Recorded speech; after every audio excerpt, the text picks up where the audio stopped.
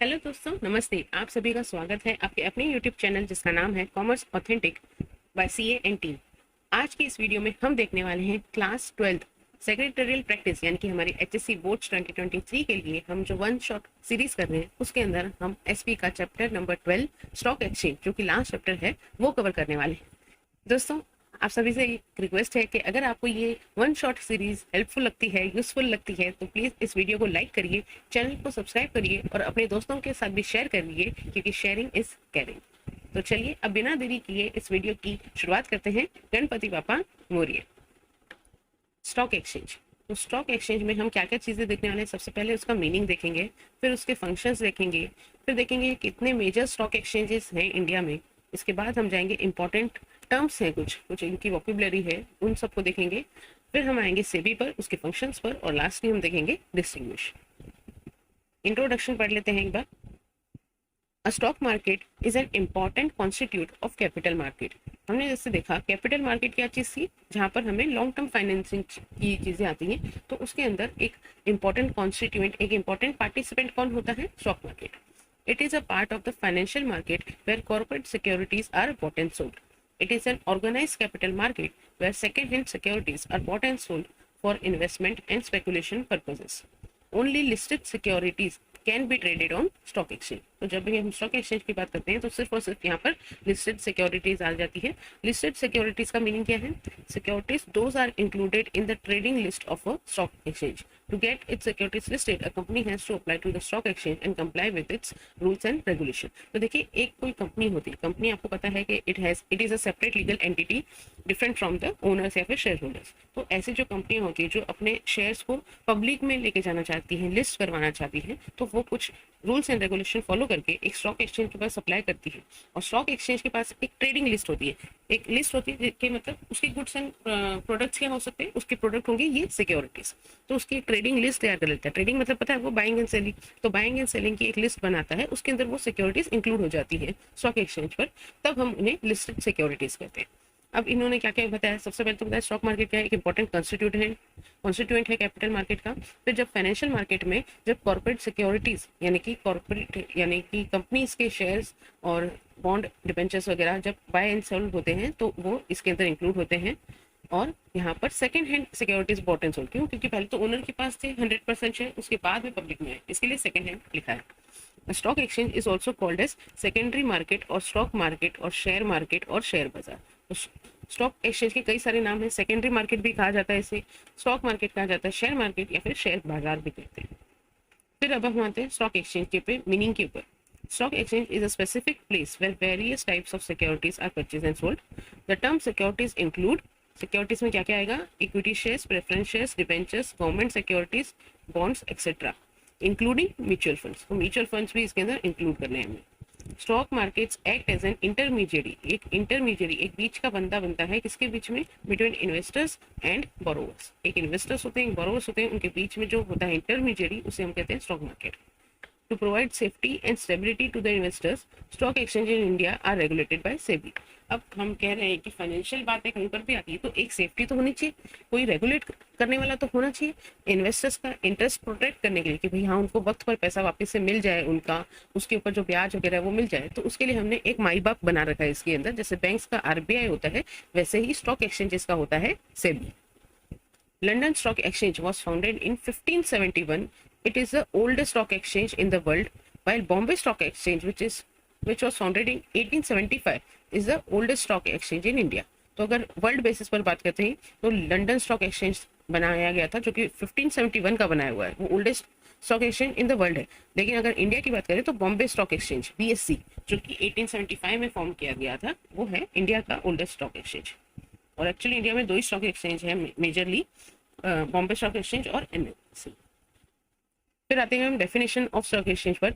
According to सेक्रा यानी कि securities contract regulation act 1956, the term stock exchange is an association. एक क्या है? एसोसिएशन। एसोसिएशन मतलब ग्रुप ऑफ पर्सन हो गया, ऑर्गेनाइजेशन या फिर body of individuals, weather incorporated और नॉट, चाहे वो रजिस्टर्ड हो या कंपनी की तरह इनकॉर्पोरेट की गई हो या ना की गई हो, एस्टैब्लिश फॉर द पर्पस। क्या काम है? काम क्या होता है इस एसोसिएशन का, ऑर्गेनाइजेशन का या बॉडी ऑफ इंडिविजुअल्स का?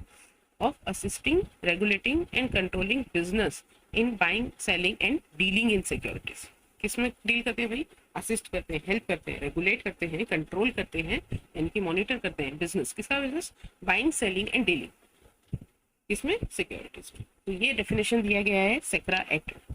दूसरा एक डेफिनेशन है, husband and Tokirari have defined stock exchange as stock exchange are privately organized market which are used to facilitate trading in securities। तो facilitate trading in securities ये थोड़ा छोटा डेफिनेशन है, आप देख लीजिए। आपको सेक्रा वाला याद रखना है। ये जैसा कि मैंने बताया कि अगर इन्वर्टेड कोट्स में लिखते हैं तो आपको एग्जैक्ट वर्डिंग लिखनी पड़ेगी उसमें, और नाम तो मेंशन करना ही है कि भाई सेक्रा ने दिया या किस बंदे ने दिया।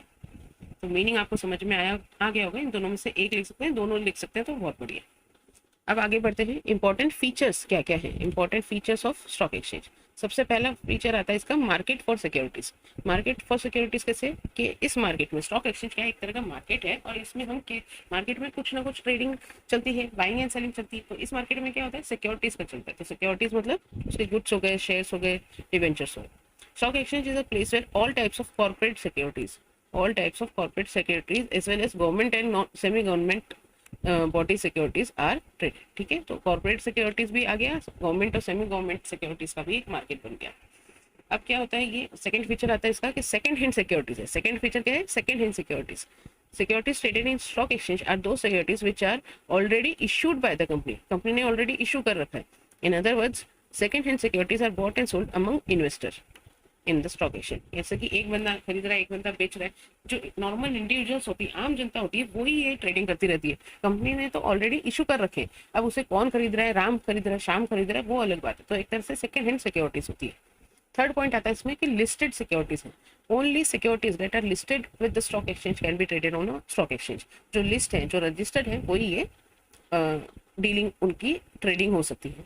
Listing of securities help in protecting the interest of investors as well as companies have to strictly comply with the rules made by the stock exchange। तो अगर कोई भी कंपनी का अगर स्टॉक्स लिस्टेड है, यानी कि कोई कंपनी लिस्टेड कंपनी है, तो उस पर क्या होता है, वो जो है क्योंकि ये सेबी से रेगुलेटेड होती है, तो आपका इन्वेस्टर्स का जो इंटरेस्ट है वो प्रोटेक्ट होता रहता है। क्यों? क्योंकि कंपनी को कई सारे रूल्स फॉलो करने होते हैं, कई सारे उनको रिटर्न्स उनको और फॉर्मेलिटीज उनको फुलफिल करनी होती है। तो इसके लिए लिस्टेड सिक्योरिटी एक भरोसा दिलाती है, एक कंफर्ट देती है कि हाँ भाई हमारा पैसा सिक्योर है, सेफ है। फोर्थ पॉइंट आता है ऑर्गेनाइज एंड रेगुलेटेड मार्केट। जैसा कि हमने कहा कि भाई सेबी जो होता है ये इसका माई बाप होता है। तो ऑल लिस्टेड कंपनीज, जो भी लिस्टेड कंपनी मतलब जिन्होंने अपने स्टॉक लिस्ट करवा रखे हैं, उनको कंप्लाई करना पड़ता है with SEBI. Companies also have to function as per the rules and regulation led by the stock exchange. तो सेबी भी बताएगा और स्टॉक एक्सचेंज भी बताएगा। तो इस हिसाब से एक अच्छा खासा फुली मॉनिटर्ड, ऑर्गेनाइज्ड और रेगुलेटेड मार्केट एक हम फॉर्म कर लेते हैं। नेक्स्ट पॉइंट आता है स्पेसिफिक लोकेशन। तो स्टॉक एक्सचेंज क्या होते हैं? एक स्पेसिफिक फिजिकल प्लेस पर होते हैं। ऐसा नहीं कि हवा में बातें हो रही है या वर्चुअली इनका कोई ऑफिस है, नहीं, ये प्रेजेंट होता है, फिजिकली प्रेजेंट होता है, और वो भी एक स्पेसिफिक प्लेस पर। ऐसा नहीं कि इसकी प्लेसेस जो है वो चेंज होती रहती है, एक अच्छी खासी इनकी प्रॉपर्टी, फिजिकल प्रॉपर्टी अवेलेबल होती है। It is a market place where brokers and intermediaries need to conduct the business dealings in securities. Today all trading is done electronically on stock exchange। तो ठीक है, आजकल क्या होता है, आजकल इलेक्ट्रॉनिकली किया जाता है, लेकिन अभी भी अगर आप जाएंगे तो यहाँ पर एक स्पेसिफिक लोकेशन आपको मिल जाता है कि भाई हाँ एनएससी का ऑफिस ये है, बीएससी का ऑफिस ये है। तो एक प्लेस होती है जहाँ पर ब्रोकर और इंटरमीडिएट्स मिलते हैं और कंडक्ट करते हैं डीलिंग्स। अगर आपने स्कैम 1992 देखा होगा तो वहाँ पर आपको एक पता होगा कि एक प्लेस जहाँ पर जो हर्षद मेहता है वो एक जगह खड़े रहते हैं, ब्रोकर बनकर जाते हैं, और कई सारे लोग उनको बोलते रहते हैं मेरा ये 2 का 3, ऐसे ऐसे जो प्राइसिंग चलता रहता है, वो वही था कि स्पेसिफिक लोकेशन पर होता था। लेकिन आज के ज़माने में तो आप जैसे ग्रो हो गया, अपस्टॉक्स हो गया, उस ऐप पर इलेक्ट्रॉनिकली आप स्टॉक एक्सचेंज के हिसाब से काम कर सकते हैं। लास्ट पॉइंट इसके अंदर आता है ट्रेडिंग थ्रू मेंबर्स, यानी कि सिक्योरिटीज में जो भी स्टॉक एक्सचेंज पर सिक्योरिटीज होती है उनको ट्रेड किया जा सकता है। बाइंग एंड सेलिंग कौन कर सकता है? सिर्फ और सिर्फ members of exchange on their behalf या फिर ऑन बिहाफ और थ्रू ऑथोराइज्ड ब्रोकर्स। जैसे कि अगर आपको अभी भी अगर हम बोलें कि अपस्टॉक्स हो गया, तो एक वो क्या हो गया, एक तरह से ऑथोराइज्ड ब्रोकर ऐप हो गया, इलेक्ट्रॉनिक ऐप हो गया, जिसके थ्रू आप ये ट्रांजैक्शन या फिर ट्रेडिंग जो है वो अंडरटेक कर सकते हैं। तो अगर आपको ट्रेडिंग करनी है तो आपको एक मेंबर बनना ही पड़ेगा स्टॉक एक्सचेंज का, फिर तभी आप खुद के बिहाफ पर या फिर कोई और लोगों के बिहाफ पे काम कर सकते हैं, ट्रेडिंग कर सकते हैं। नेक्स्ट हम आते हैं पॉइंट पर जो कि है मैनेजमेंट ऑफ स्टॉक एक्सचेंज। अब मैनेजमेंट, भाई इतना बड़ा स्टॉक एक्सचेंज है, इतनी जिम्मेदारी का काम है, तो इसके अंदर कौन लोग मैनेजमेंट करेंगे वो हम देख लेते हैं।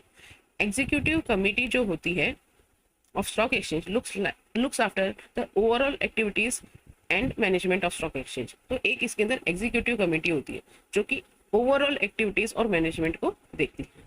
ठीक है, executive company. The composition power and name of executive committee differs from stock exchange to stock exchange. ये कंपोजिशन, कौन कौन लोग होंगे, उनकी क्या क्या पावर होंगी और इस एग्जीक्यूटिव कमेटी का क्या नाम होगा, वो चेंज होता रहता है from exchange to exchange. There are other supporting committee. एक तो एग्जीक्यूटिव कमेटी तो हो ही गई जो कि ओवरऑल एक्टिविटीज और मैनेजमेंट देखती है, उसके अलावा अदर कमिटीज भी होती है जो कि मदद करती है इस एग्जीक्यूटिव कमेटी को, like advisory committee, listing committee. तो एक एक जो उनके फंक्शंस है ना स्टॉक एक्सचेंज के, हम आगे देखेंगे, उसके हिसाब से ही अलग अलग कमेटी बन जाती है। लेकिन मेजरली एग्जीक्यूटिव होती है, एग्जीक्यूटिव मतलब जो एक्चुअल काम करने वाली है, तो overall activities, day to day activities और मैनेजमेंट के लिए एक होती है, उसके अलावा अदर सपोर्टिंग कमेटी होती है। Organization structure of stock exchange in India. In India, the stock exchange may be organized in one of the following three forms. तो अगर आपको किसी को भी, एक इंसान को अगर समझो अगर ऑर्गेनाइजेशन स्ट्रक्चर खोलना है, स्टॉक एक्सचेंज खोलना है, तो क्या क्या उसको प्रोसीजर फॉलो करने पड़ सकते हैं या क्या तरीके हैं उसके पास।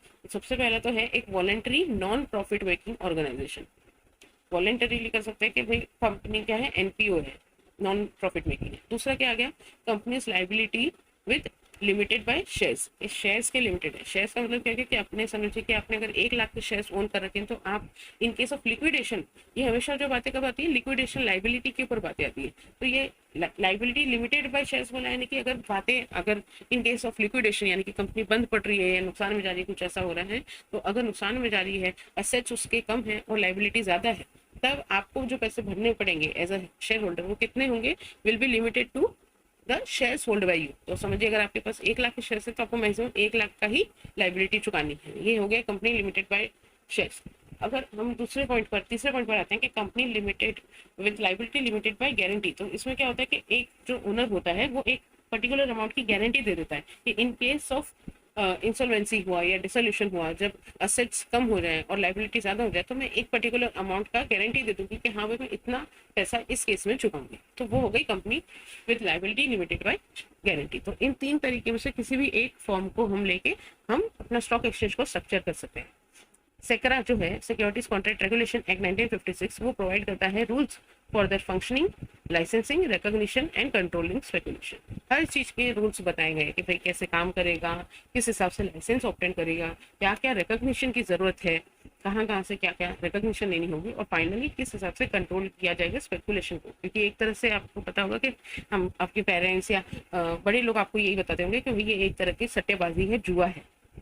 तो भाई उसकी कंट्रोलिंग, उसको भी, स्पेकुलेशन को भी कंट्रोल करने के लिए हम एक तरीका बनाते हैं। नेक्स्ट पॉइंट आता है इसमें मेंबरशिप ऑफ स्टॉक एक्सचेंज।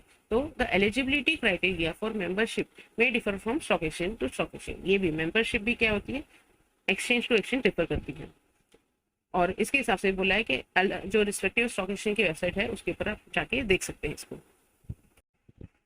अब आगे बढ़ते हैं, देखते हैं फंक्शंस ऑफ स्टॉक एक्सचेंज। सबसे पहला फंक्शन आ जाता है मोबिलाइजेशन ऑफ सेविंग। तो stock markets are organised and regulated market which protect the interest of investor. तो इंटरेस्ट ऑफ इन्वेस्टर तो प्रोटेक्ट हो ही गया, क्यों, क्योंकि ऑर्गेनाइज है, बहुत ही ज्यादा रेगुलेटेड है बाय सेबी। इस हिसाब से जो छोटे, स्मॉल और बिग इन्वेस्टर्स हैं, उनको एनकरेजमेंट मिलती है, मोटिवेशन मिलता है कि वो इन सिक्योरिटीज को में अपना इन्वेस्टमेंट डालें। इट दस provides a ready market for buying and selling of securities. तो मोबिलाइजेशन ऑफ सेविंग हो जाती है, जो छोटे बड़े इन्वेस्टर्स के पास जो सेविंग होती है, अब वो मोबिलाइज होके, मूवमेंट होके वो ट्रांसफर हो जाती है टू कॉर्पोरेट्स, और इस हिसाब से बाइंग एंड सेलिंग सिक्योरिटीज का मार्केट बनता है और इकोनॉमी को भी बूम मिलती है। सेकेंड पॉइंट आता है कैपिटल फॉर्मेशन। सेकेंड पॉइंट में, कैपिटल फॉर्मेशन में हम क्या लिखेंगे कि investor in securities are attracted due to good returns on investment.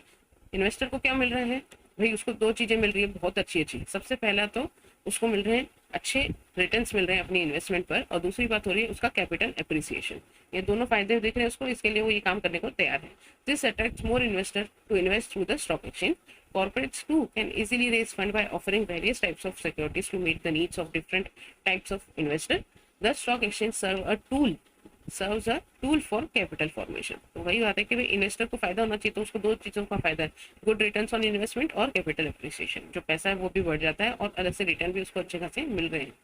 तो इस हिसाब से कॉर्पोरेट्स को एक बहुत अच्छा कैपिटल रेज करने की अपॉर्चुनिटी क्रिएट हो जाती है। फिर थर्ड पॉइंट आता है pricing of securities.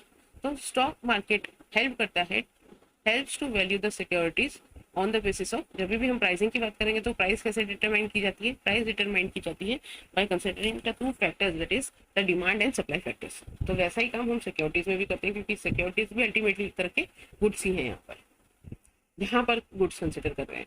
The securities of profitable and growth oriented company, जो भी प्रॉफिटेबल या बहुत ज़्यादा प्रॉफिट है या बहुत ज़्यादा ग्रोथ जिस कंपनियों में दिख रही है, उनके जो सिक्योरिटीज होते हैं, शेयर्स, डिवेंचर, वो सब होते हैं, वो ज़्यादा डिमांड में होते हैं और उनकी हाई वैल्यू होती है। तो ज़्यादा डिमांड होगी तो क्या होगा, उनकी वैल्यू हाई हो जाएगी।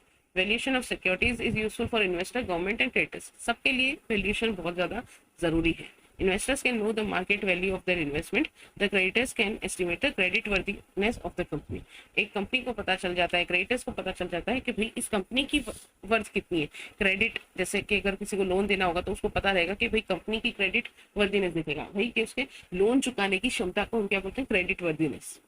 वो भी हमें प्राइसिंग ऑफ सिक्योरिटी से पता चलता है। जैसे कि अपने को नाम से पता चल जाता है कि भाई रिलायंस कंपनी है तो उसका मार्केट वैल्यू कितना ज़्यादा होगा, है ना, उसके शेयर्स 2,500 के एक शेयर मिलते, तो उस हिसाब से अपने को क्रेडिट वर्दीनेस भी पता चल जाती है। इन्वेस्टर को भी उनकी मार्केट वैल्यू से फायदा होता है।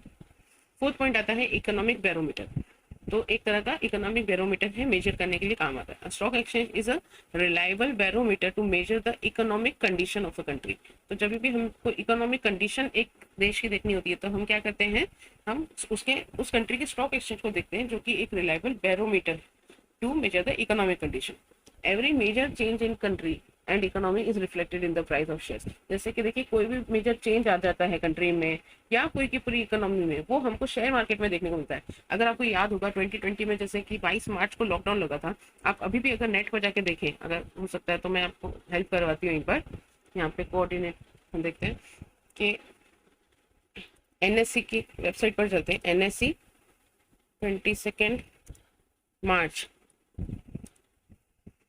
2020 पर देख लेते हैं एक बार। अगर आप देखेंगे कि यहाँ पे कितना कैसा चल रहा था, वहाँ पे उसकी रिपोर्ट जो है उससे आपको पता चलेगा। तो देखिए अभी जैसे ही हम अगर रिलायंस का जो शेयर है, जैसे कि बहुत अच्छी कंपनी है, अच्छी खासी चल रही है, लेकिन इसके ऊपर भी एक बार हम इम्पैक्ट देख लेते हैं कि भाई कोरोना, आपको याद होगा कोरोना के चक्कर में जो फर्स्ट लॉकडाउन लगा था वो लगा था 22 मार्च 2020 को। तो ये देखिए यहाँ पर जैसे ही मार्च स्टार्ट हुआ था तभी उसकी प्राइसिंग क्या चल रही थी वो देखिए एक बार, ठीक है। जैसे यहाँ पे मोस्टली कितनी चल रही थी, 1500 के अराउंड प्राइसिंग चल रही थी, लेकिन जैसे ही लॉकडाउन की खबर आई, देखिए 20 मार्च को वो सीधा गिर के 1000 पर आ गया, अगर आप अपनी स्क्रीन के ऊपर देख पा रहे थे। बाद में ग्रोथ हुई, अचानक से पिकअप हुआ। तो इस हिसाब से जैसे कंट्री के इकोनॉमिक में जिस हिसाब से फर्क पड़ता है, वैसा ही अपने को मेजर चेंजेस अगर कंट्री में इकोनॉमी में देखने को मिलते हैं, वो एक्चुअल में रिफ्लेक्ट होते हैं ऑन द शेयर प्राइसेस। ऐसा आपको हर चीज में देखने को मिलेगा। अगर यहाँ पर मैं एक बार डीमार्ट के शेयर की प्राइस लगा दूं, डीमार्ट की शेयर की प्राइस देखिए 3500 है, लेकिन अगर इसके भी अगर हम 2020 की प्राइसेस देखें तो देखिए लॉकडाउन के जस्ट पहले क्या हुआ।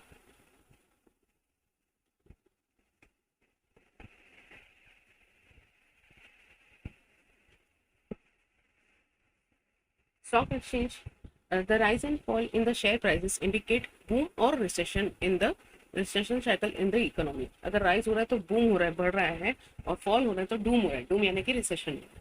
तो stock exchange is also known as the pulse of economy और the economic mirror as it reflects the economic conditions of the country. तो एक ये दर्पण है, एक चेहरा दिखा देता है अपने को कि रियलिटी क्या चल रही है, इकोनॉमिक कंडीशंस क्या है इन are prevailing in the country. Next point आता है प्रोटेक्टिंग इंटरेस्ट ऑफ इन्वेस्टर्स। तो स्टॉक एक्सचेंज प्रोटेक्ट करते हैं इंटरेस्ट के इन्वेस्टर को। In stock market only listed securities are traded. Stock exchange allow listing only after verifying the soundness of the company. Soundness का मतलब क्या है, उसकी आवाज की बात नहीं हो रही कि भाई उसकी साउंडनेस देखेंगे, मतलब उसकी फाइनेंशियल साउंडनेस देखेंगे कि भाई उसमें फाइनेंशियल ग्रोथ कैसी, उसके असेट्स उसके लाइबिलिटीज से ज्यादा है कि नहीं है, उसके ग्रोथ पर्सपेक्टिव कैसे हैं, उसका ओवरऑल ऑपरेशंस मैकेनिज्म कैसा है, वो सब देख के आपके जो कंपनी होती है उसको लिस्ट किया जाता है स्टॉक एक्सचेंज में। The companies which are listed have to operate within strict rules and regulations which are laid by the stock exchange. This ensures safety of dealing through the stock exchange. तो इस हिसाब से एक safety पता चल जाती है, एक श्योरिटी हो जाती है कि हाँ भाई स्टॉक एक्सचेंज में अगर कोई कंपनी लिस्टेड है तो वो अच्छी होगी, साउंड होगी और अच्छे कामों में ही लगी होगी, फ्रॉड कंपनी नहीं होगी। 6 पॉइंट आता है लिक्विडिटी का।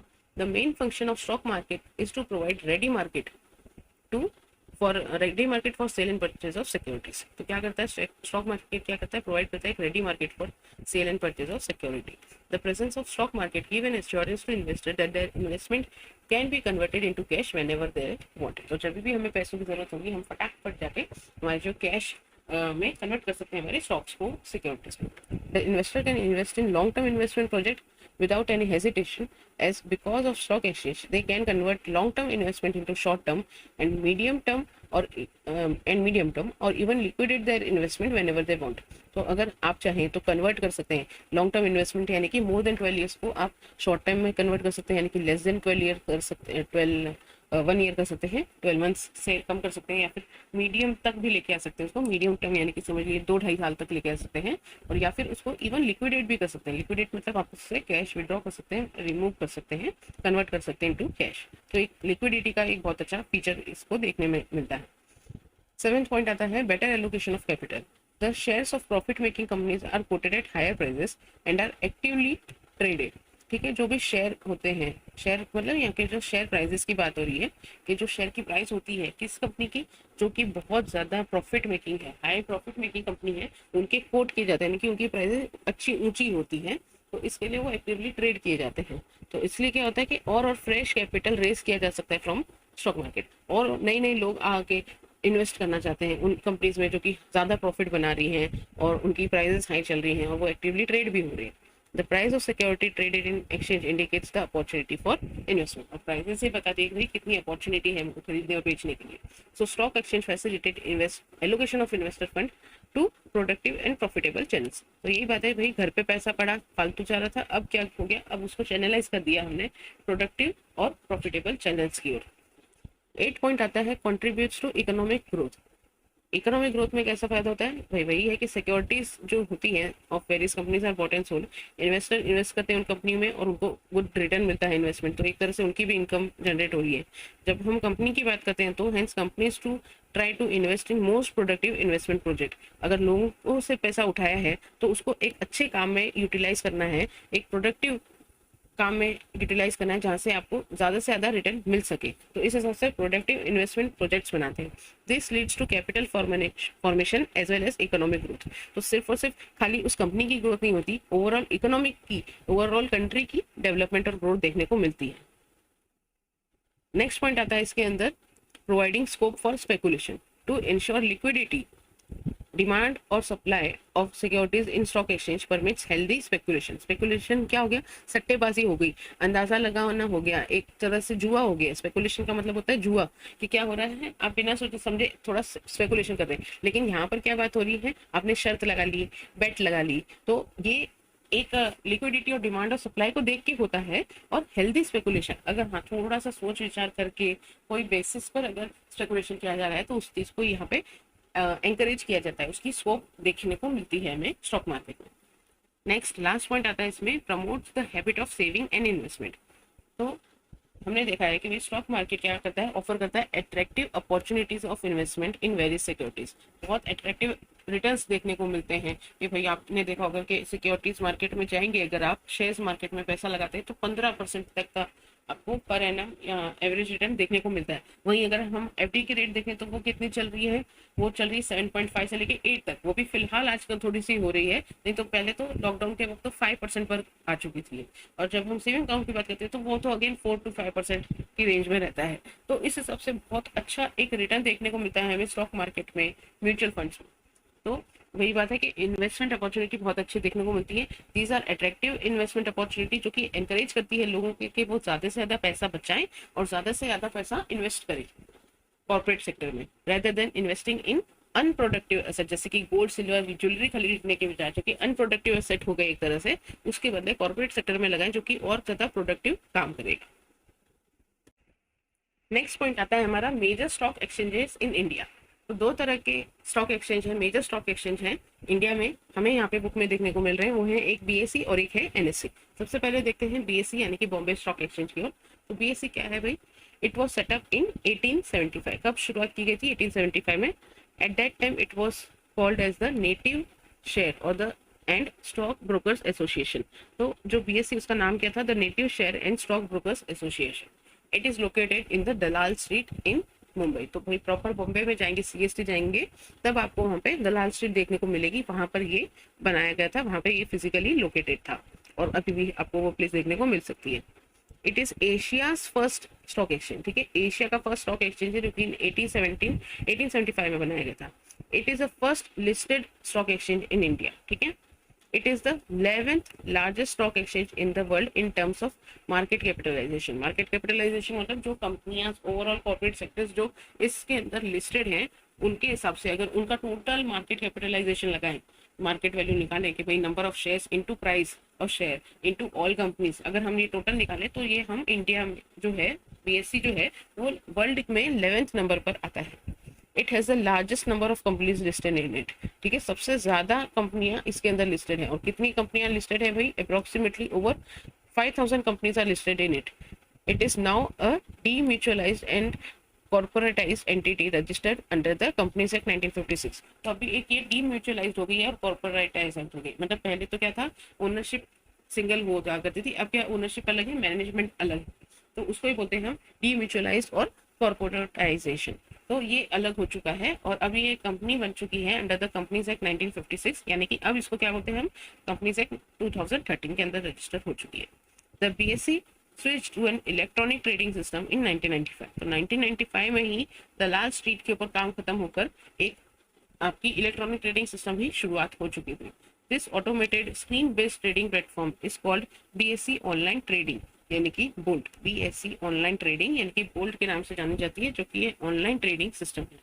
The BSc has also introduced a centralised exchange based internet trading system, जो कि है उसकी website bscwebex.co.in to enable investors anywhere in the world to trade on the BSC platform.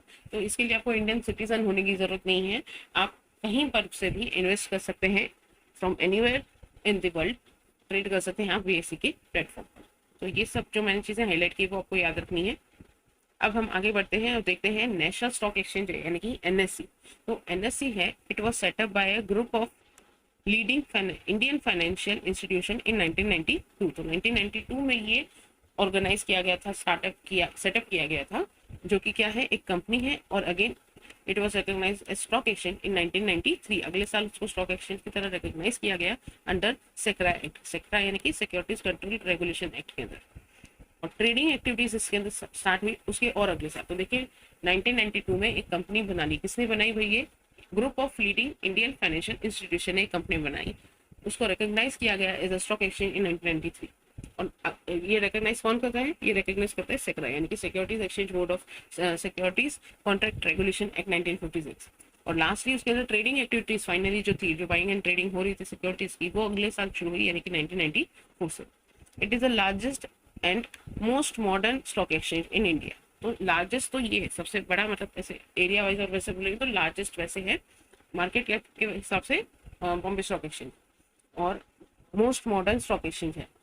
बहुत न्यू टेक्निक्स वगैरह है। नेशनल स्टॉक एक्सचेंज है Delhi, national stock exchange है, again ये भी मुंबई में ही लोकेटेड है, ये आपको याद रखना है। वो भी दलाल स्ट्रीट वाला भी मुंबई में लोकेटेड है, यानी कि बॉम्बे स्टॉक एक्सचेंज भी मुंबई में ही है, और एनएससी, इसीलिए ये एनएससी बीएससी दोनों यहाँ पर है। इसीलिए आपको पता होगा कि मुंबई को क्या कहा जाता है? फाइनेंशियल कैपिटल ऑफ इंडिया कहा जाता है। क्यों? क्योंकि एनएससी बीएससी दोनों की जो स्टॉक एक्सचेंज है, फाइनेंशियल मार्केट है, वो हमारे मुंबई में है।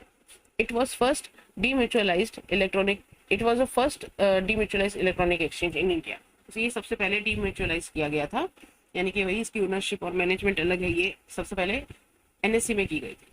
NSE was the first stock exchange in the country to provide a modern, fully automated, screen-based electronic trading system, which offered easy trading facility to the investors. सबसे पहले, मतलब काम तो इन्होंने भी वैसे बीएससी वाले ही की, लेकिन ये हर चीज में फर्स्ट रहे, fully automated screen based electronic system provide करने में। The main index of NSC, तो एनएससी के दो मेन इसके जो इंडेक्स है, इसका मेन इंडेक्स क्या है? निफ्टी। और वहीं जब हम बीएससी की बात करते हैं तो यहाँ पर आप नोट कर सकते हैं, यहाँ पे बताया नहीं इन्होंने, लेकिन यहाँ पर का जो मेन इंडेक्स है वो है हमारा सेंसेक्स। जब हम बॉम्बे की बात करते हैं तो आता है वर्ड सेंसेक्स, और जब हम बीएससी की बात करते हैं एनएससी की बात करते हैं तब आता है हमारा निफ्टी। तो सेंसेक्स और सेंसेक्स और निफ्टी, ये दो यहाँ पर वर्ड हैं हमारे। नेक्स्ट आता है important terms related to stock market. Broker. He is a member of a stock exchange who is licensed by a stock exchange to buy or sell shares on his client's behalf. He is an agent between the investors and jobber. His income is in the form of commission or brokerage. ठीक है, तो सबसे पहले जो important terms में हम देख रहे हैं स्टॉक एक्सचेंज के रिलेशन में, सबसे पहला बंदा आता है जिसको हम कहते हैं ब्रोकर। ब्रोकर कौन होता है? वो होता है जो स्टॉक एक्सचेंज होते हैं उसका एक मेंबर होता है और लाइसेंस दिया होता है उसको। क्या चीज का लाइसेंस होता है उसके पास? कि वो बाय और सेल कर सके shares on behalf of client. ये क्लाइंट के बिहाफ है, खुद उसका नहीं कि वो अपने नाम के ऊपर नहीं करेगा, अपने क्लाइंट के नाम के ऊपर बाइंग एंड सेलिंग करेगा। और वो मेंबर होता है स्टॉक एक्सचेंज और उसके पास लाइसेंस होता है। वो एक तरह से एजेंट एक्ट करता है बिटवीन इन्वेस्टर्स एंड जॉबर। और उसकी इनकम कैसी होती है? Income in the form of commission या फिर ब्रोकरेज। मतलब शेयर्स के ऊपर उसको डिविडेंड और इंटरेस्ट वो उसको डायरेक्टली नहीं मिलता, उसको सिर्फ और सिर्फ उसके ऊपर कमीशन और ब्रोकरेज मिलती है। नेक्स्ट आता है Jobber. A jobber is a dealer in stock exchange who carries on trading of securities in his own name. He buys securities as an owner and sells them at a higher price. The profit he makes is his income. He is a professional speculator in the stock exchange. He is not permitted to deal with investors directly. तो जॉबर जो होता है तो एक समझिए कि ये एक तरह का ओनर होता है। ओनर किस हिसाब से होता है?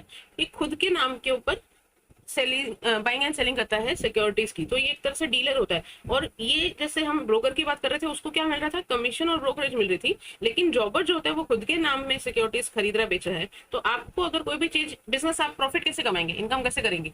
जब भी आप ट्रेडिंग करते हैं आप सस्ते में खरीदेंगे और महंगे में बेचेंगे। तो वही करता है, ये बाय करता है security as a owner at low price and sells them at a higher price. ज्यादा में बेचता है, कम में खरीदता है, और ये जो डिफरेंस होता है उसको प्रॉफिट होता है, वो उसकी इनकम होती है। एक तरह से ये एक प्रोफेशनल स्पेकुलेटर का भी काम करता है। स्पेकुलेटर आपको पता है सट्टेबाजी, शर्त लगाना कि हाँ प्रोफेशनल है, लेकिन ठीक है तो प्रोफेशनल है तो खाली हवा में शर्तें नहीं लगाता। ये इसकी एक प्रोफेशनल बैकिंग होती है, थोड़ा अक्ल लगा के बैटिंग करता है ये। और ये he is not permitted to deal with the investor directly. तो ये डायरेक्टली इन्वेस्टर से डील नहीं करता, इसको वाया ब्रोकर ही जाना पड़ता है डीलर से बात करने के लिए, मतलब डायरेक्टली नहीं बात कर सकते। नेक्स्ट आता है Bull. तेजी वाला. A bull is a speculator who expects the price of a share to rise in the future and buys with the hope of selling them at the higher prices to earn profit. His views are optimistic. Bull's actions leads to higher prices for securities as there is excess of purchase over sales. तो एक होता है bull और next होता है beer, जो अपन आगे देखेंगे। बुल जो होता है उनको हिंदी में टर्म है तेजी वाला। तेजी मतलब ग्रोथ हो रही है, तेज हो रहा है, स्पीड बढ़ रही है। तो स्पीड बढ़ती है तो क्या होता है? स्पीड धीरे धीरे धीरे बढ़ती जाती है, तेज होना। तो वही बात है कि जो पुल होता है वो भी एक तरह का स्पेकुलेटर होता है, सट्टेबाजी लगा रहा होता है, स्पेकुलेशन कर रहा है, वो शर्त लगा रहा है। लेकिन क्या शर्त लगा रहा है? वो चाह रहा है कि जैसे कि पहले हमने एक एग्जांपल देखा था चैप्टर नंबर 11 में कि एक होता है कि भाई आज हम बोले कि राइस की प्राइस है 50 रुपीज पर केजी। जो बुल होगा वो बोलेगा कि भाई ये जो प्राइस है 55 होने वाली है। तो वो क्या करेगा? अभी परचेस कर लेगा 50 में और बाद में उसको एक्सपेक्टेशन है कि वो 55 होगा तो बाद में जाके बेच देगा। तो वो क्या करेगा?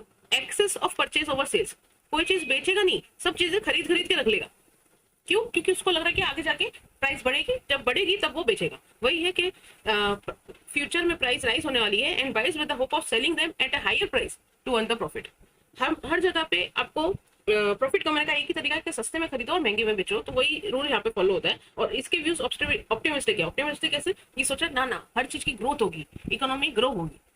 नेक्स्ट आते हैं Bear. मंदी वाला. A bear is a speculator who expects fall in the price of a security. Hence, he sells his securities at the prevailing prices to avoid loss as he expects further fall in prices. Bear's action leads to lowering the prices of securities as there is excess of sales over purchase. तो हर जगह पे जब भी price की बात आती है, demand और सप्लाई की बात आई जाती है, तो ये जो बेयर है वो बुल का फुल अपोजिट है। ये ऑप्टिमिस्ट नहीं है, ये पेसिमिस्ट है। ये बोल रहा है नहीं और मेरा प्राइस जो है वो नीचे जाने वाली है, प्राइस नीचे जाने वाली है। तो ये क्या करेगा? पहले ही सेल कर देगा, पहले सेल करता रहेगा ताकि उसको लग रहा है कि आज जो चीज 100 रुपए में बिक रही है, कल मार्केट में बेचने जाऊंगा तो 80 रुपए की बिकेगी, तो मेरा 20 रुपए का नुकसान हो जाएगा, ऐसा उसको लग रहा है। तो वो पहले ही बेचना शुरू कर देता है। तो यहाँ पर क्या होता है? प्राइस लोअर हो जाती है। क्यों? क्योंकि सेल्स ज्यादा हो रही है, परचेस कम हो रही है। ये फुल अपोजिट सिनेरियो है तेजी वाला या फिर बुल के सिनेरियो को अगर हम देखते हैं। नेक्स्ट आता है Stag. A stag is a member who buys new issues of securities from primary market and sells them later at higher prices when the securities are listed on the stock exchange. तो stock exchange मतलब secondary market हो गया, मतलब primary market से खरीदता है और secondary market में बेचता है, और खरीदेगा किस पे? लोअर प्राइस पे, बेचेगा हायर प्राइस पे। तो ये भी एक तरह का मेंबर ही है, तो Stag is a member. Next, Lame duck. A lame duck is a beer broker whose expectations have gone wrong and makes a loss in his dealings. In other words, he had expected the prices of securities to fall, so he sold his securities, but instead the prices have gone up. तो ये हो गया भाई, ये इसका साथ ये जो हमने ऊपर पढ़ा था, ये बेयर है। मंडी वाला कोई ऐसा इंसान, मंडी वाला कोई ऐसा इंसान होगा जो कि बाद में क्या हो गया, बेयर था ना, बेयर ब्रोकर था वो, लेकिन उसको क्या लगा था कि भाई प्राइस डाउन होगी, ऐसी उसकी एक्सपेक्टेशन थी।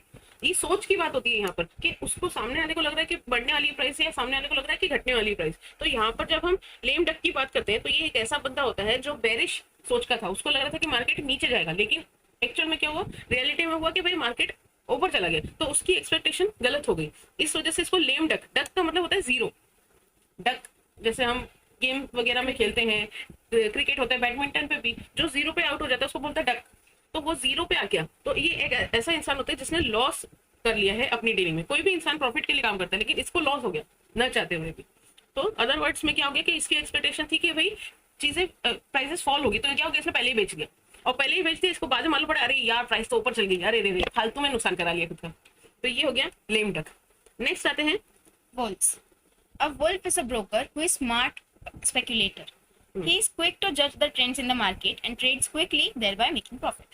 ठीक है, जब भी कोई भी मार्केट जो है, हमें पता है इतना वॉलेटाइल है, इतना डायनामिक है, कभी भी चेंज होता रहता है, फ्लक्चुएट होता रहता है, तो ये एक स्मार्ट स्पेकुलेटर होता है। जैसे वुल्फ होते हैं जो अपने शिकार को कितने स्मार्टली अपने प्री का शिकार करते हैं, तो वैसे ही ये बात आती है कि ये फटाफट क्विक ट्रेंड्स को देख लेता है। नाम इसका इसके लिए रखा हुआ है कि वो ट्रेंड्स को पकड़ता है, कि उसको पता चलता है कि अच्छा मार्केट में ना कुछ अच्छा होने वाला है या बुरा होने वाला है, वो उसकी समझ पहले ले लेता है और उस हिसाब से अपने एक्शन लेता है फटाफट, और इस वजह से उसको फटाफट प्रॉफिट कमा के चला जाता है। ये लोग जो स्टेप जो अपने पहले देखे थे, बेरिश और बुलिश, उनकी फ्यूचर की एक्सपेक्टेशन थी, ये फ्यूचर को नहीं देखता, ये फटाफट प्रेजेंट में डिसीजन लेके अपना प्रॉफिट बढ़ा के निकल जाता है मार्केट से। कौन? वुल्व्स। ये स्मार्ट स्पेकुलेटर होते हैं। Next, Settlement. It refers to the script-wise, that is, security-wise netting of trades by a broker after the trading period is over. Example, for equity spot markets, it is T plus 2 days, T that is trading day. ठीक है, तो ये होता है कि हर script wise मतलब आप किस में डील कर रहे हैं। स्क्रिप्ट का मतलब हो गया आप शेयर्स में डील कर रहे हैं, सिक्योरिटीज कौन सी तरह की है, बॉन्ड है, डिबेंचर है। तो क्या होता है जब भी अगर आप सेटलमेंट का मतलब होता है फाइनली आपको पेमेंट कितने में मिल रहा है। जैसे आप ट्रांजेक्शन करते हैं, यूं तो हम बोलते हैं कि फटाफट ऑन द स्पॉट ट्रांजेक्शन हो रहा है, लेकिन एक्चुअली ट्रांजेक्शन नहीं होता। जैसे कि आप अभी अप स्टॉक पर जाके कुछ भी बाइंग करेंगे, सेलिंग करेंगे, तो आपने ट्रांजेक्शन कर दिया, वो हो गया आपका ट्रेडिंग है, लेकिन जो आपके अकाउंट में पैसे आएंगे या सेटलमेंट जो होगा वो होगा T+2, यानी कि आपने, वो भी वर्किंग डेज की बात हो रही है, T+2 में वर्किंग डेज आ गया। जैसे फ्राइडे को मार्केट बंद हो जाता है, सैटरडे संडे ऑफ रहता है मार्केट का, तो वो T+2 में क्या होगा, जिस दिन ट्रांजेक्शन किया है, जो आपका ट्रेडिंग डे था, उसके 2 दिन बाद उसका सेटलमेंट होगा। तो ये हो गया सेटलमेंट डे। ट्रांजेक्शन किसी दिन होता है, उसका सेटलमेंट अगले दिन होता है, और ये हर स्क्रिप्ट यानी कि हर सिक्योरिटी वाइज अलग अलग होता है। ठीक है, next, Contract note. It is a note given by a broker to his client. It will be in a specific form. It validates the transaction. Both the broker and the client will have one copy each immediately at the transaction within 24 hours. तो contract note एक तरह का invoice हो गया, bill हो गया, एक agreement हो गया, एक प्रूफ हो गया, रिटर्न फॉर्मेट में प्रूफ हो गया। नोट का मतलब क्या है, एक रिटर्न फॉर्मेट में हो गया जो ब्रोकर अपने क्लाइंट को देता है। क्यों? क्योंकि क्लाइंट के बिहाफ पे ब्रोकर काम कर रहा है। अब क्लाइंट के पास क्या प्रूफ है कि एक्चुअल में ब्रोकर ने उसका काम कर दिया कि नहीं कर दिया, कितने डॉक्यूमेंट्स, क्या क्या, जितने अमाउंट में बोला था उतने अमाउंट पे शेयर्स बुक किए क्या, जिस कंपनी के बोले थे उसी की किए क्या, मेरा ही नाम लिया है ना कि किसी और के नाम पे ले लिया, खुद के नाम पे ले लिया। ये सब बातें पता कैसे चलेगी? सिर्फ जुबान पे तो बात नहीं चलती ना, तो एक कॉन्ट्रैक्ट नोट होना चाहिए। और इन केस अगर ब्रोकर ये नहीं देता तो उसके ऊपर फाइन लगता है, क्योंकि हमने बोला कि सेबी हर चीज को रेगुलेट करता है।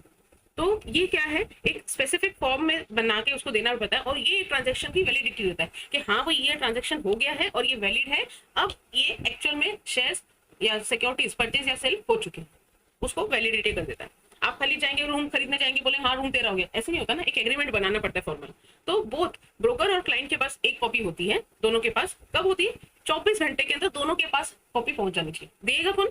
ब्रोकर देगा क्लाइंट को। तो ब्रोकर के ऊपर ये कंपल्शन है, उसकी जिम्मेदारी है, रिस्पॉन्सिबिलिटी के वो ये फटाफट उसको दे। Next, Trading ring. The trading or auction of shares takes place on the floor of the stock exchange, which is also known as trading ring.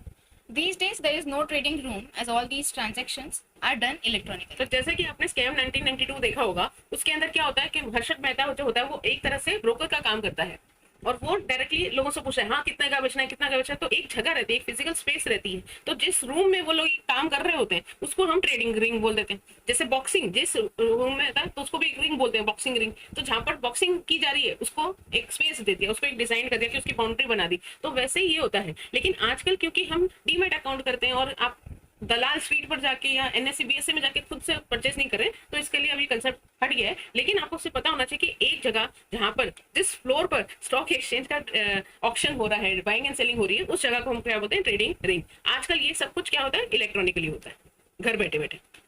Next, Insider trading. Insider trading is the trade of a public listed company's securities by individual with access to non-public information about the company. Trading based on insider information is illegal. This is because it is seen as unfair to other investors who do not have access to the information. ये बात होती है insider trading. Insider trading का मतलब होता है जैसे कि आप रिलायंस कंपनी में काम कर रहे हैं और आपको पता चल जाए कि भाई रिलायंस कंपनी जो है वो दूसरी कंपनी के साथ मर्ज करने वाली है, या फिर आपको एक ऐसी इंफॉर्मेशन मिल जाए कि भाई रिलायंस जियो लेके आने वाला है, या रिलायंस दूसरी चीज में एक नए सेक्टर में जाने वाला है जहां जिसकी वजह से रिलायंस की बहुत ज्यादा ग्रोथ होने वाली है। तो कोई ऐसी इंफॉर्मेशन आपके हाथ लग गई हो जो कि नॉन पब्लिक इंफॉर्मेशन है। नॉन पब्लिक इंफॉर्मेशन मतलब जो पब्लिक एट लार्ज को नहीं पता है, जो सबको पता होगी वो तो फिर इंफॉर्मेशन कुछ खास रहेगी नहीं। लेकिन आपको कोई ऐसी इंफॉर्मेशन पता चल गई है और आप इस बेसिस के ऊपर आप अपने जजमेंट कर लेते हैं, आप कुछ बाइंग एंड सेलिंग कर लेते हैं, तो इसको इलीगल माना गया। क्यों? क्योंकि आपके पास आपने इलीगल तौर से जो एक चीज होती है, फेयर प्ले कब होगा, ये जब इंफॉर्मेशन सबके पास पब्लिक डोमेन में अवेलेबल है और उस बेसिस पे कोई डिसीजन लिया जाए। लेकिन जब आप जो ऐसी इंफॉर्मेशन है जो नॉन पब्लिक इंफॉर्मेशन है, सेंसिटिव इंफॉर्मेशन है जो पब्लिक के पास नहीं है, उस बेसिस पे अगर आप ट्रेडिंग करते हैं और खुद का मुनाफा कर लेते हैं, एक तो बात होगी खुद का मुनाफा हो गया और दूसरों का नुकसान कर देते हैं, उसके लिए जब ये होता है तो उसको हम बोलते हैं इनसाइडर ट्रेडिंग। तो ये अनफेयर है टू अदर इन्वेस्टर जिनके पास वो इन्फॉर्मेशन नहीं है। जैसे अगर आपको पता चल जाए, जैसे कोई भी स्कैम होने रहता है, ये पीएनबी का हो गया, नीरव मोदी का कोई स्कैम हो गया, तो अगर किसी को पता चल जाए कि हाँ भाई ये फ्रॉड आदमी है, तो वो क्या करेगा, फटाफट अपने शेयर बेच के निकल जाएगा। तो ये इन्फॉर्मेशन पब्लिक डोमेन में नहीं पता थी, लेकिन आपको पता चल गई, आपने पैसे निकाल लिए। लेकिन आपने तो पैसे निकाल लिए, आपके पैसे बच गए, लेकिन दूसरों को नहीं पता था, उनके पैसे डूब गए, अदर इन्वेस्टर जिनको ये जानकारी नहीं थी। तो ऐसे करना वो इलीगल काम।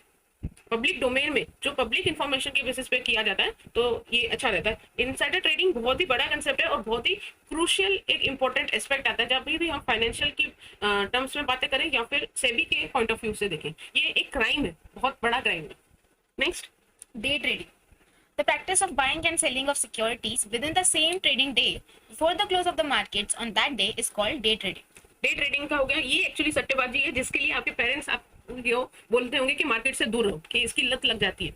डे ट्रेडिंग का मतलब क्या हुआ, आज के आज आपको पता है कि हर समय हर सेकंड फ्लक्चुएशन हो रहा है मार्केट के अंदर, तो आप क्या करेंगे, सुबह खरीदेंगे, शाम को बेच के निकल जाएंगे। दिन दिन का जो सट्टेबाजी हो जाएगी, हर दिन के कितने आप कमाई रहे हैं, ये गलत होता है। लॉन्ग टर्म फाइनेंस की अगर आप बात करें, लॉन्ग टर्म इन्वेस्टमेंट की बात करें, तो वो एक सोचा समझा डिसीजन हो सकता है। लेकिन जो डे ट्रेडिंग होती है बहुत ही ज्यादा वॉलेटाइल होती है, बिना सोचे समझे लोग कर लेते हैं, तो उसमें नुकसान भी उठाना पड़ सकता है।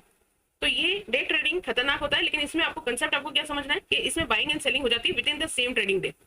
मार्केट शुरू हुआ, आपने खरीदा, मार्केट बंद हुआ, आपने उसके पहले बेच दिया। Day trading. Next, Sensex.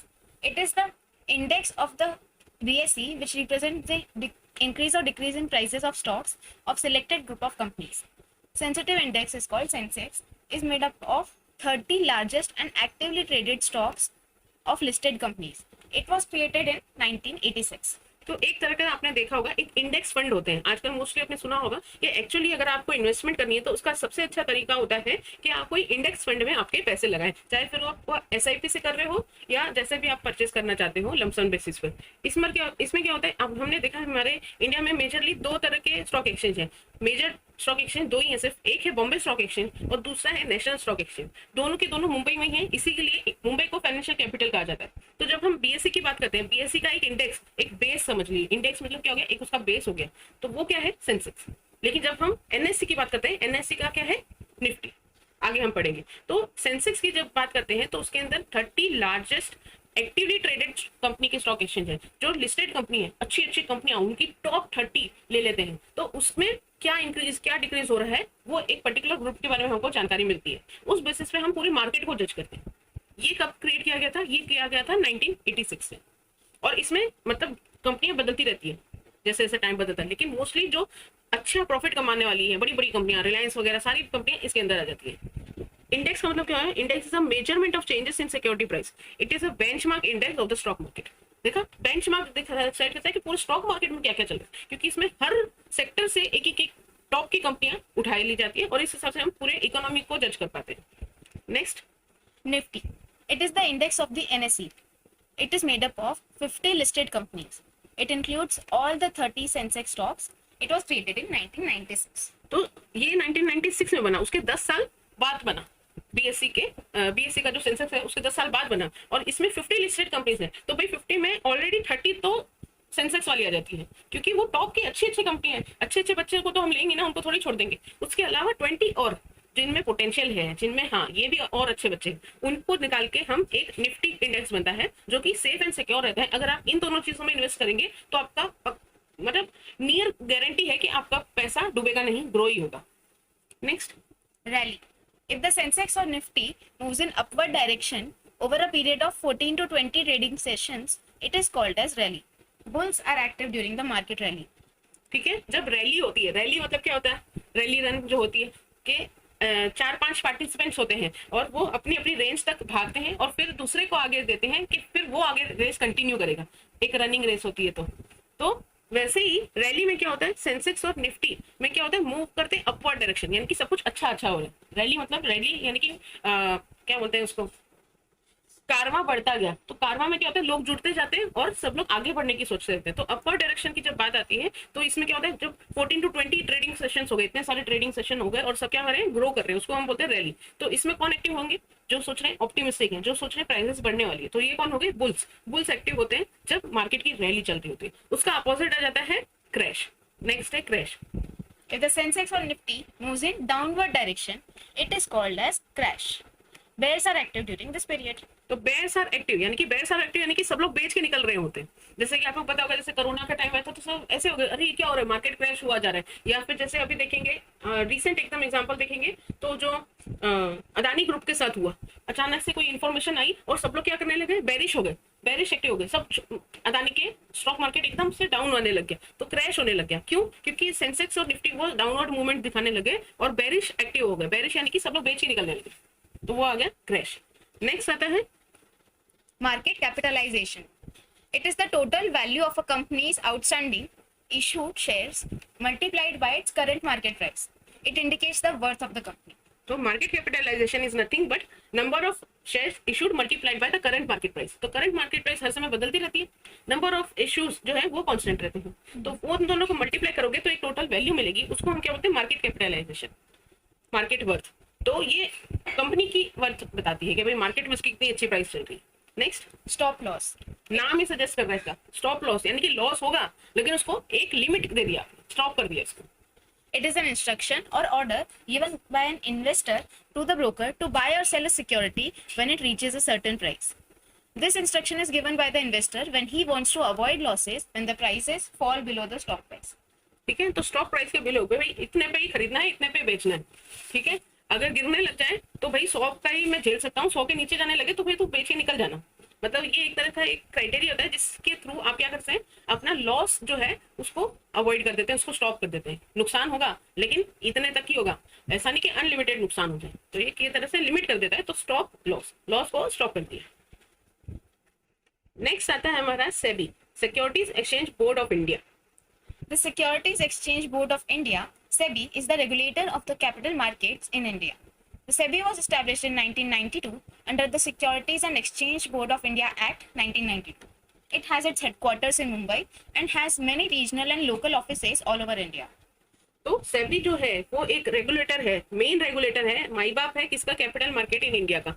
Establish हुआ था ये इन 1992 और तो सेबी एक्ट के तहत आया है। सेबी एक्ट यानी कि securities exchange board of India act 1992 में आया था, और उसी के साथ ही ये भी एस्टेब्लिश हो गया, बोर्ड भी। उसके हेडक्वार्टर मुंबई में है और बाकी कई सारे रीजनल और local offices all over India में है। अब हम देखते हैं उसके सेबी के फंक्शंस क्या क्या हैं। SEBI was set up with the objective of promoting the securities market, protecting the interest of the investors in securities market, and to regulate the securities market. तो तीन मेन काम थे जिसकी वजह से सेबी रेगुलेट हुआ था। मोस्टली अगर आप जानते होंगे कि हर्षद मेहता स्कैम 1992, तो हर्षद मेहता का जो स्कैम हुआ था वो बहुत ही बड़ा स्कैम था, जो कि कैपिटल मार्केट्स में, इंडिया के कैपिटल मार्केट्स में पहली बार देखा गया था। उसको उससे सीख लेके, सबक लेके ही सेबी को स्टार्ट किया गया। तो उसके तीन काम थे। सबसे पहला तो प्रमोट करना सिक्योरिटीज मार्केट। क्यों प्रमोट करना? क्योंकि लोगों का विश्वास ही उठ गया था कैपिटल मार्केट से। इसके लिए सिक्योरिटीज मार्केट को प्रमोट करना पहला ऑब्जेक्टिव था। दूसरा था कि भाई इन्वेस्टर के इंटरेस्ट को प्रोटेक्ट करना है। और तीसरी बात आ जाती है कि पूरे के पूरे सिक्योरिटीज मार्केट को रेगुलेट करना है, मॉनिटर करना है, कंट्रोल करना है। Next, SEBI issues rules and regulations to be followed by the issuers of securities, the market intermediaries, and the investors. तो सेबी क्या करता है? रूल्स और रेगुलेशन बनाता है। और कौन कौन फॉलो करेंगे? सारे के सारे जो इश्यूअर है सिक्योरिटी वो फॉलो करेंगे, सारे के सारे बीच के लोग, मार्केट इंटरमीडिएट्स, ब्रोकर वगैरह, वो लोग फॉलो करेंगे, और साथ ही साथ इन्वेस्टर्स भी फॉलो करेंगे। यानी कि जो तीन पार्टियां इन्वॉल्व होती हैं स्टॉक मार्केट में, खुद एक तो स्टॉक मार्केट, फिर जो यानी कि जो इशू कर रहा है सिक्योरिटीज वो कंपनीज आ गई, मार्केट इंटरमीडिएट में स्टॉक मार्केट आ गया, और फाइनली इन्वेस्टर। इन तीनों के ऊपर रूल्स एंड रेगुलेशन कौन लगाता है? सेबी लगाता है, और सबको फॉलो करना है। It is a regulator of all the stock exchanges in India.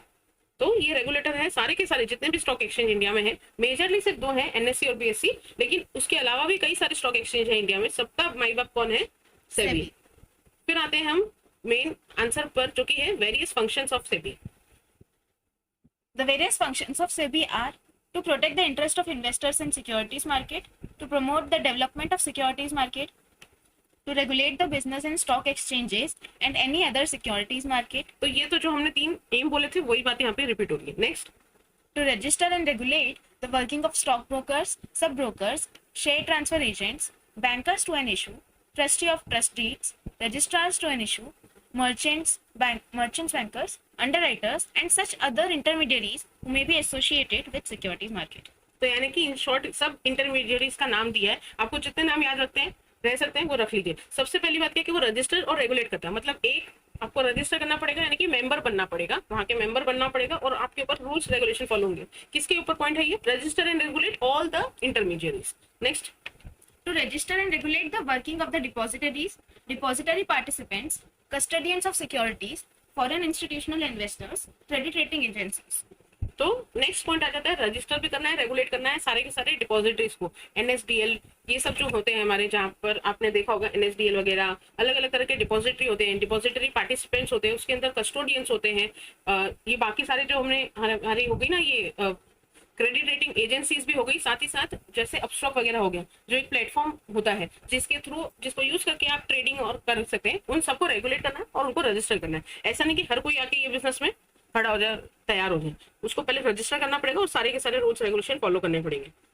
To register and regulate the working of venture capital funds and collective investment schemes, including mutual funds. तो टू रजिस्टर रेगुलेट किस किस को? Venture capital funds. Venture capital fund मतलब जो एक particular task के लिए मिलके काम आते हैं, जॉइंट वेंचर हो गया, वो मिलके काम करते हैं किसके लिए? सिर्फ मार्केट से पैसा उठाने के लिए, कैपिटल फंड्स उठाने के लिए। फिर कलेक्टिव इन्वेस्टमेंट स्कीम भी उसी तरह का पार्ट हो गया, including mutual funds. Collective investment scheme मतलब सब लोग मिलके एक जगह पैसा लगाते हैं, जैसे कि पोर्टफोलियो हो गया, म्यूचुअल फंड्स हो गए। वो क्या करते हैं? आपको जब आप ऐसे तो आप स्टॉक मार्केट में जाते हैं तो आपको रिलायंस का एक शेयर मिलता है, लेकिन जब आप म्यूचुअल फंड्स में डीलिंग करते हैं तो आपको कई सारे कंपनियों का एक यूनिट मिलता है। ठीक है, तो उस हिसाब से हम काम करते हैं। तो इन लोगों को भी रेगुलेट करना और रजिस्टर करना सेबी का काम है। नेक्स्ट आता है To promote and regulate self-regulatory organizations. कोई भी सेल्फ रेगुलेटरी ऑर्गेनाइजेशंस होती हैं इसके अंतर्गत, उनको भी, जैसे सेल्फ रेगुलेटरी मतलब जैसे इनकी कोई एसोसिएशन हो गई, इनकी कोई यूनियन हो गई, इंटरमीडिएट्स, तो उनको भी रेगुलेट करना है। To prohibit fraudulent and unfair trade practices relating to securities market. हमने सिर्फ आज तक अभी एक फ्रॉडुलेंट वाली अनफेयर ट्रेड प्रैक्टिस पढ़ी है, उसका नाम याद है आपको? Insider trading. तो इनसाइडर ट्रेडिंग को क्या करना है? सिर्फ एक ही चीज को रोकना है। वो क्या है कि भाई किसी के साथ फ्रॉड नहीं होना चाहिए, किसी के साथ धोखा नहीं होना चाहिए, किसी के साथ स्कैम नहीं होना चाहिए। तो इनसाइडर ट्रेडिंग नहीं होनी चाहिए, अनफेयर ट्रेड प्रैक्टिस नहीं होनी चाहिए, उसको रोकना है, टू प्रोहिबिट। नेक्स्ट आता है To promote investors' education and training of intermediaries of securities market. तो इन्वेस्टर का एजुकेशन और ट्रेनिंग, जो जैसे कि हमने जो चैप्टर नंबर 10 था उसमें हमने पढ़ा था आईईपीएफ।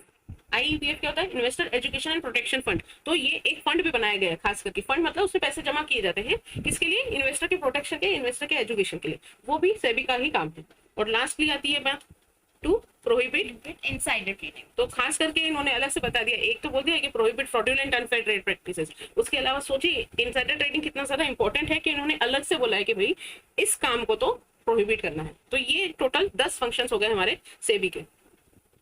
इसके बाद में हम आते हैं डिस्टिंक्शन के ऊपर। इसमें एक ही डिस्टिंक्शन आपको बुक में दिया गया है, जो कि ये डिफरेंस बिटवीन जॉबर एंड ब्रोकर। तो सबसे पहले इसका मीनिंग देखते हैं। जब Jobber is one who buys and sells securities in his own name. तो ये जॉबर जो होता है वो खुद के नाम पे सिक्योरिटीज में डील करता है, जबकि ब्रोकर जो होता है वो एक तरह का एजेंट होता है और वो on behalf of his client act करता है। Next, Nature of trading. A jobber carries out trading activities only with the broker, while a broker carries out trading activities with the jobber on behalf of his investors. ठीक है। तो जो broker होता है वो सिर्फ वो इन्वेस्टर और जॉबर दोनों से बातचीत करता है और काम करता है, लेकिन जब जॉबर होता है वो इन्वेस्टर से डायरेक्टली बात नहीं कर सकता, वो सिर्फ ब्रोकर से अपना काम करवाता है। Next, Restrictions on dealings. A jobber is prohibited to directly buy or sell securities in the stock exchange.